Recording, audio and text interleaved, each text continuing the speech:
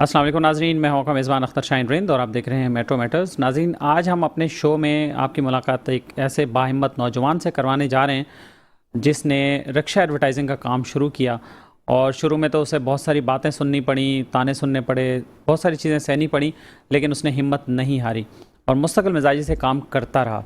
और अब वो कहाँ खड़ा है, अब वो कितना काम कर रहा है, उसके पास कितने बड़े क्लाइंट हैं, हम इस पर बात करेंगे। हमें स्टूडियो में ज्वाइन किया है जनाब ज़ैदुर रहमान ने, जो कि सीईओ हैं R&C कॉरपोरेशन के। बहुत शुक्रिया आपका ज़ैद, आप हमारे साथ मौजूद हैं। बताइए अपने बारे में थोड़ा ज़ैद। पहले तो अख्तर साहब आपका शुक्रिया, आपने इस प्रोग्राम में मुझे बुलाया। अख्तर साहब, मैं ये 2016 में मैंने ये काम अपना करने का स्टार्ट किया।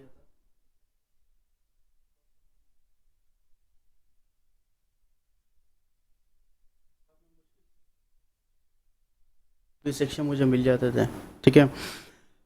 बहुत से लोगों ने ताना बनाया, ये क्या काम है, रोडों पे घूमते हो, ठीक है, अपना मुंह काला करवा के आ जाते हो, रिक्शों के पीछे भागते हो, इसमें कोई कमाई है। इस तरह के मुझे बहुत ताना मिला। 2 से 4 क्लाइंट के बाद फिर मुझे 1,000 रिक्शों का काम मिला। वो भी फिर मैंने ये है कि अपने हिम्मत के साथ वो भी उसको टास्क पूरा कर दिया। उसके बाद 1 से 1.5 साल तक ये काम चलता रहा। फिर मुझे पूरा काम मिला, पूरा इंटीरियर सिंध का। उसके अंदर थोड़ा सा मैं कंफ्यूज था। पूरा मैंने गूगल मैप से उसके लोकेशन वगैरह सारी चीज़ें निकाली कि कहाँ कहाँ पे रिक्शे चलते हैं, क्योंकि इंटीरियर सिंध में बहुत सी जगह पे चिंची भी चलते हैं। मुझे 2 से 3 दिन इसका जो है सर्कल में करने में लगे कि कहाँ पे रिक्शे चलते हैं, कहाँ पे CNG। फिर मैंने उस कंपनी को प्रोफाइल बना के दी। तो आज अल्हम्दुलिल्लाह मैं अगर सिर्फ कराची को छोड़ के सिर्फ इंटीरियर सिंध की मैं बात करूं तो इंटीरियर सिंध में 17 से 18 दफ़ा मैं पूरा इंटीरियर सिंध की कैंपेन करके आ चुका हूं। अच्छा, माशाल्लाह जी। कराची की बात करी जाए तो कराची में तो मेरे इतने लातादार हैं, मेरे सिर्फ क्लाइंट्स ही जो है ना वो 100+ हैं, जिसके अंदर से बड़े बड़े ब्रांड्स हैं, सियासी जमात भी हैं और लोकली भी लोग करवाते हैं। लेकिन जो जितने ब्रांड्स हैं वो क्वांटिटी के हिसाब से कराते हैं। सिर्फ 100 का ये नहीं है कि सिर्फ 100 में मेरे सिर्फ काम कर दिया, बट ये 100 में से 50% जो क्लाइंट्स हैं वो रिपीट क्लाइंट हैं। मतलब साल में 2 से 3 दफ़ा बड़ी बड़ी कंपनीज जो है ना वो उसको हज़ारों की तादाद में रिक्शा कंपेन करवाती है। रिक्शा एक समझ लें एक लो बजट में आता है, ठीक है, बट इसका जो रिज़ल्ट है वो बाहर जो बड़े बड़े जो बिलबोर्ड स्केल हैं उससे काफ़ी बेहतर है। इसका रेशो जो है पेमेंट के तौर पे बहुत कम है। अच्छा ज़ैद, आपने क्या किया हुआ है, क्या पढ़ा हुआ है? मेरी क्वालिफ़िकेशन BCom है और इसके अलावा मेरे पास IT में 4 डिप्लोमा है। अच्छा, 4 डिप्लोमे? IT में मेरे पास 4 डिप्लोमा है। क्या क्या IT में किया आपने? IT में सबसे पहले तो एक इंस्टीट्यूट से मैंने MS ऑफिस करा था। उसके बाद फिर मैंने गुरमंदर से ADIT करा। ADIT के बाद उसके मैंने एग्ज़ाम सेंट्रेट से जो एग्ज़ाम होता है वो दिया। फिर मैंने डिफेंस से ग्राफिक्स एंड एनिमेशन करा, ग्राफिक डिज़ाइनिंग पे 3D मल्टीमीडिया करा। बट मुझे जो ज़्यादा फील्ड अच्छी लगी, मुझे मार्केटिंग की अच्छी लगी, क्योंकि मार्केटिंग ऐसी फील्ड है कि बंदे को लाजमी इसकी नीड पड़ती है। तो इसी तरह जैसे मैंने आपको बताया कि ऐसा नहीं है कि एक दफ़ा क्लाइंट ख़त्म हो जाता है करवाने के बाद, साल में 2 से 3 दफ़ा कंपेन्स वो रिपीट आपके पास चलता रहता है अगर आपकी सर्विस से मुतमईन हो जाता है जी, है ना, इसी तरह से। बिल्कुल। तो ये बताएंगे, आपका माइंड जब काम करने का था, कारोबार करने का था, जॉब की तरफ नहीं था, तो आपने ये वाली स्पेसिफिक फील्ड क्यों चूज़ की? इसकी क्या खास वजह? स्पेसिफिक इसलिए करी कि बाहर अक्सर रोडों पे लोग वॉलपेपर पे भी लगा देते थे। वॉलपेपर पे तो ऐसा है कि बंदा अगर कोई पर्सन जा रहा है, मूव कर रहा है, तो सिर्फ वो खुद पड़ेगा।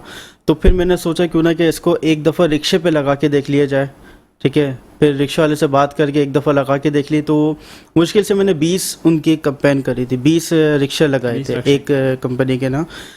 3 दिन मुश्किल से गुजरे थे, उन्होंने कहा और लगा। तो उस वक्त ये इतनी कॉमन नहीं थी। जब आपने स्टार्ट किया था तो और भी कंपनियां ये काम करी? नहीं, कोई नहीं कर रहा था।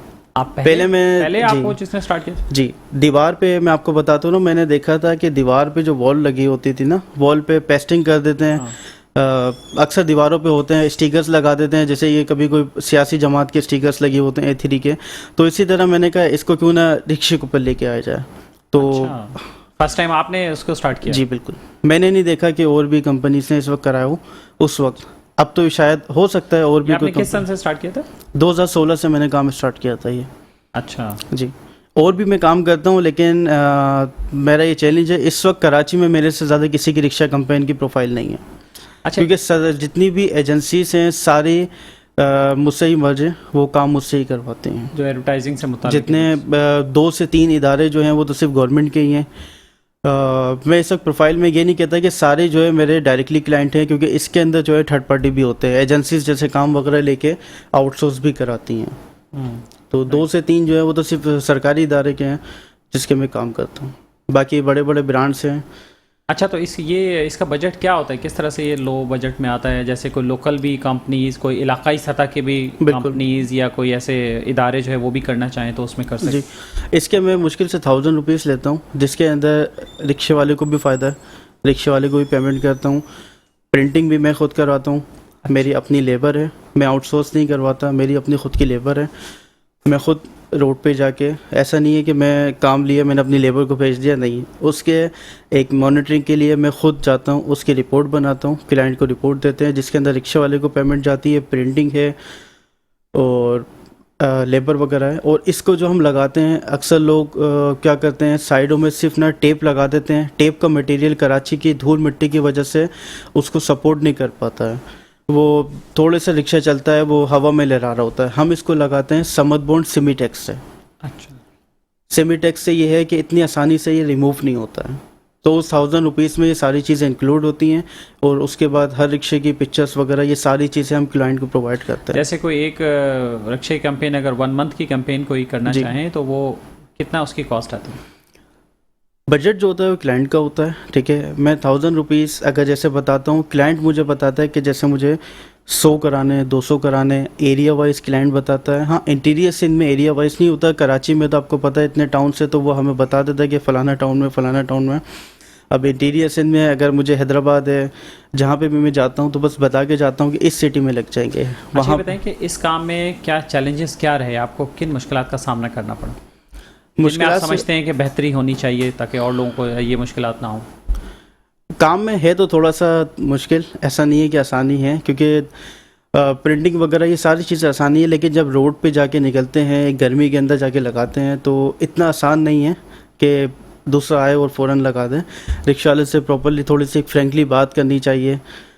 और दूसरा मैंने आपको जो बताया कि ये क्लाइंट जो है उससे थोड़ा सा ख़राब हो जाता है, उसके ये माइंड हट जाता है अगर इसको टेप मटेरियल से लगाते हैं। अगर आप भी जैसे बाहर निकलेंगे ना, आपने देखा होगा टेप से जो है ना वो हाँ लहरा रहे होते हैं। हाँ। मैं जो है टेप से नहीं लगाता, मैं इसको लगाता हूँ सेमीटेक्स समदबोंड से, तो वो इतनी आसानी से रिमूव नहीं होता है। ये मैं मैसेज दूंगा कि अगर लगा रहे हैं तो इसको ऐसे गम से लगाएं कि क्लाइंट के जो इमेज है ना वो ख़राब ना हो, फिर क्लाइंट का उस चीज़ से माइंड से दिल उठ जाता है उस काम से।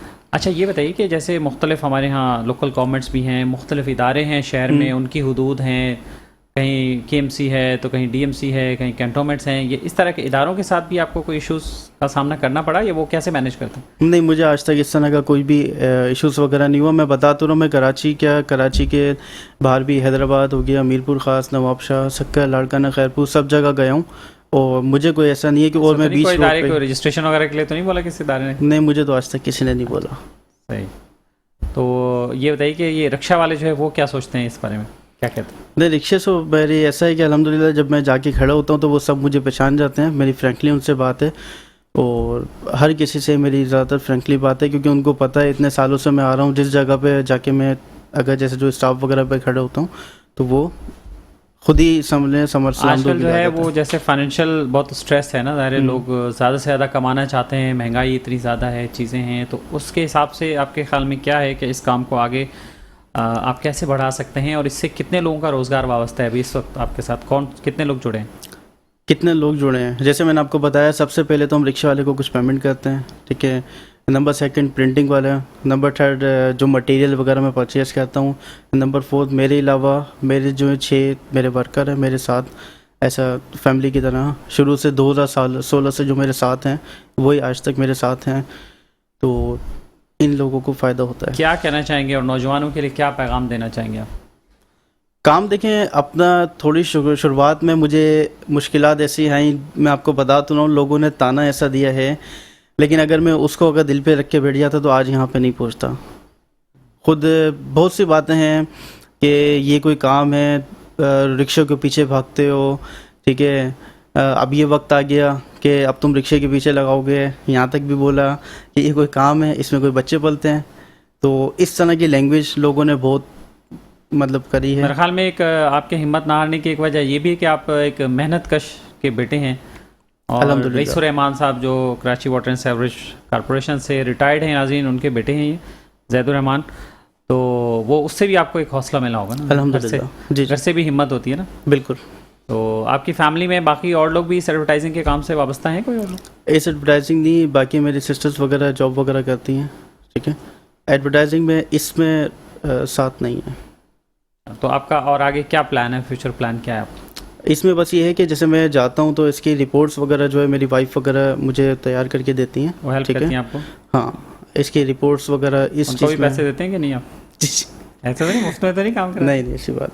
अच्छा तो वो जब घर जाता हूँ तो क्लाइंट्स को जो है ना एक प्रॉपरली रिपोर्ट चाहिए होती है। ऐसा नहीं है कि अगर एक मुझे 100 रिक्शे करने हैं तो मैं क्लाइंट को सिर्फ एक सारे व्हाट्सअप कर दूँ, नहीं, ऐसा नहीं है।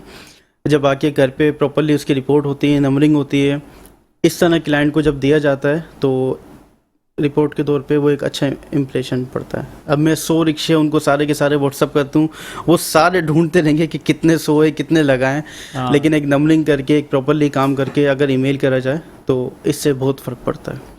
अच्छा, और एक और सवाल आपसे ये जानना चाहूँगा कि ये लोकल मार्केट की जो कंपनीज़ हैं ज़्यादातर वो हैं, या इसमें कोई जैसे कोई इंटरनेशनल ब्रांड भी आया आपके पास कोई? बिल्कुल, आउट ऑफ कंट्री से भी मेरा काम है।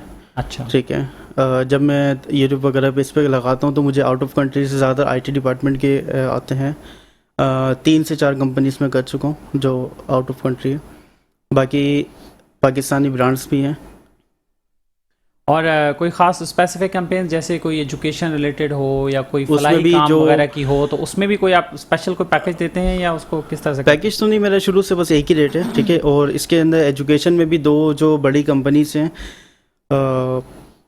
उन्होंने मुझसे काम कराया हुआ है। इसका बजट इतना कम है कि वो बिलबोर्ड से जो है ना, जब वो देखते हैं कि 10-15 लाख रुपए के हैं और यही काम अगर 10 लाख रुपए कराया जाए तो 1000 रिक्शे इसके अंदर कराची में मूव कर जाएंगे। तो वो ज़्यादातर रिक्शे जो है ना रिक्शे को प्रेफर करते हैं। राइट, कोई मैसेज देना चाहेंगे आप अपने नाजरीन के लिए? आखिरी बात कोई क्या कहना चाहेंगे?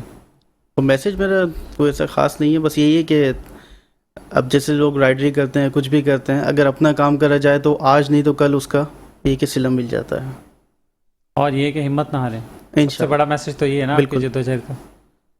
तो चलिए, बहुत शुक्रिया आपका ज़ैदुर रहमान साहब, आप हमारे साथ मौजूद रहे हैं। और नाज़रीन, आपने गुफ्तगू सुनी ज़ैदुर रहमान की कि जिस तरह से उन्होंने हिम्मत से लोगों का तो काम है कि वो ताने दें, बातें करें, रिश्तेदार हों, हल्का अहबाब में लोग हों, वो तो ज़ाहिर बातें करते रहते हैं बेचारे, उनको कोई और तो काम होता नहीं है ना, ज़्यादा ये काम करते रहते हैं। लेकिन जो असल जो बात है और जो मैसेज है ज़ैदुर रहमान की गुफ्तगू का, वो ये है कि आपने हिम्मत नहीं हारनी, और जो आपने ठान लिया है कि ये काम मुझे करना है, तो आप फिर उस काम के पीछे लग जाएं।